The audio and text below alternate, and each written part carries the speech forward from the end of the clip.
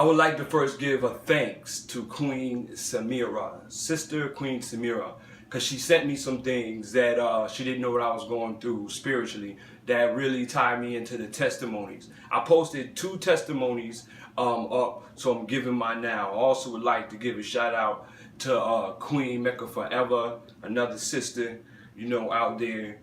So with these people and everybody in New York City that I know of and knows of me, and over here on the Lower East Side, J.O. and wifey is wifey Quana. So with that, I would like to say that I was woken up to the fact that I already knew who I was.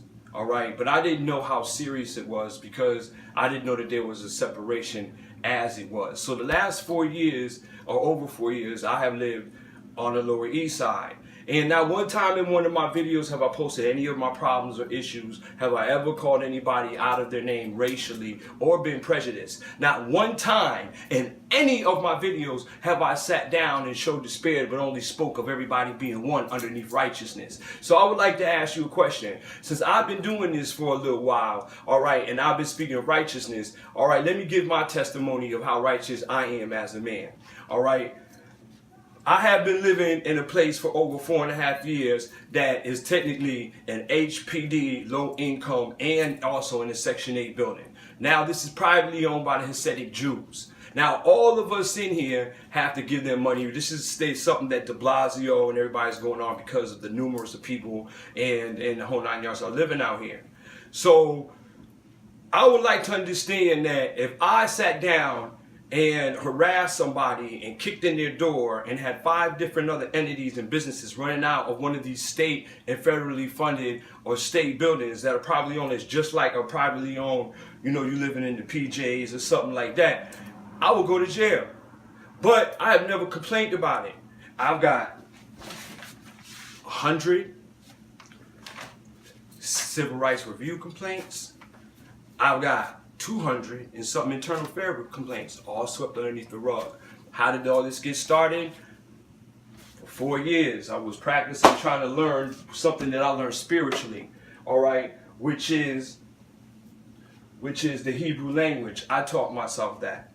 All right, I taught myself because I wanted to know the tradition, which God also taught me that tradition is just a glass. My word in eternal life is the water. Without the water in the glass to behold, you don't have anything. So what they have is tradition of man, which is an empty glass. Plus, they were a conversion through the Simeon tribe and the Levi tribe, which committed, all right, an atrocity and crime against God, all right, and during Babylonia in the 4th century, 20 million was converted. They just turned this into a political and economical thing because what people would kick in your door, what people would sit down and steal your money, have SWAT come in January 26th, all right, and have all this stuff without a warrant, and the person holding the camera, no names held, they're a witness for that because they live here with me. What people would sit down and steal your mail, all this stuff in a building that you're living in. This is not no shelter or anything. I got a lease and the whole 9 yards. Been here for 4 years. And they can't call me anti-Semitic because all of them I practice with, when they called me a nigger want a watermelon, then I started laughing because it didn't apply to me. I was trying to figure out what the joke meant because I was allergic to watermelon. And then the rabbi did like this and gave me the finger. What is going on? These are Hasidic Orthodox Jews and I'm living in their building and I'm getting harassed. None of the news stations would take it, but they'll talk about $1 or $100 that somebody lost on one of those Craigslist deals. If I sat down and rented rooms with Section 8, if I sat down harassed, if I sat down and had a precinct and police coming to somebody's door at 1 o'clock in the morning telling them, let's take a ride so I can help you disappear and all this other stuff and move or do whatever just to get a black Hebrew out of a building because they're prejudiced and racist toward me with all the nigger names and the kicking in the door, stealing stuff and breaking up stuff, everything that I've been through, I will be in jail. But this is what the Hebrew people go through. And I never say anything, even though it's all on paper, even though there's videos and tape recordings and the whole 9 yards of it all. And they have the nerve to sit down and say, hey, we're sorry, you're one of us, you're our brother. No. What you've done and what you've been doing to me proves that you're from the synagogue of Satan. And I accidentally put Yeshua aside when I was at the synagogue and all this other stuff. and having kiddush, which is supposed to be bread and wine, but instead it's liquor, raw fish, all this other stuff that the Khazarians do and put into the stuff that actually is in Hebrew. And this is what we go through.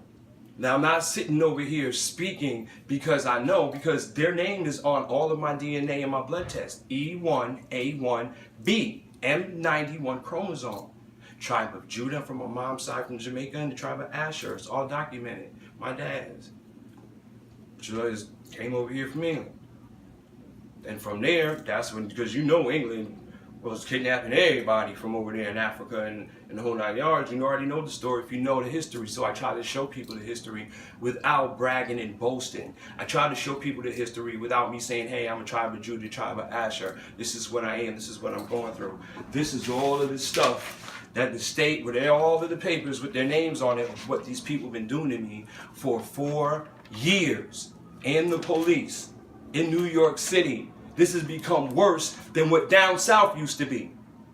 All because I'm Hebrew. And they know it. They get away with it. So if I can put up with this and still speak about love and righteousness after going through all this stuff, can't you guys be a love and righteousness? Whether if you're a Gentile or if you're one of the chosen ones.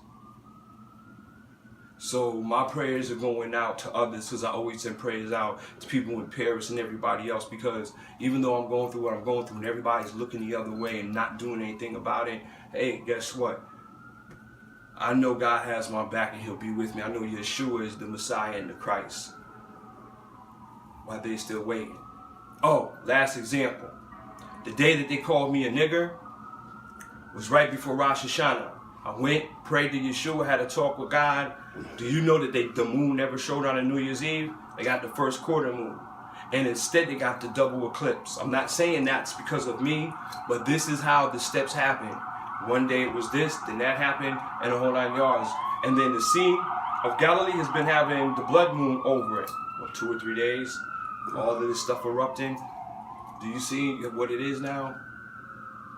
So at least I'm going through the abuse, the terrorism, and the threats, and the whole 9 yards. I'm worrying about my life, because people who the world think are the chosen people are actually terrorists. And if you know anything about the nigger want a watermelon joke, the KKK came up with that. So why are Hasidic Jews that converted or say they are who they are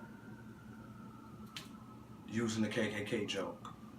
And just to show you proof what we go through in the apartment, because I left it just where it is, and show you a camera that they put up to watch me and my roommate in the kitchen. Come on. Look at that. Don't step on the thing. Look at that camera.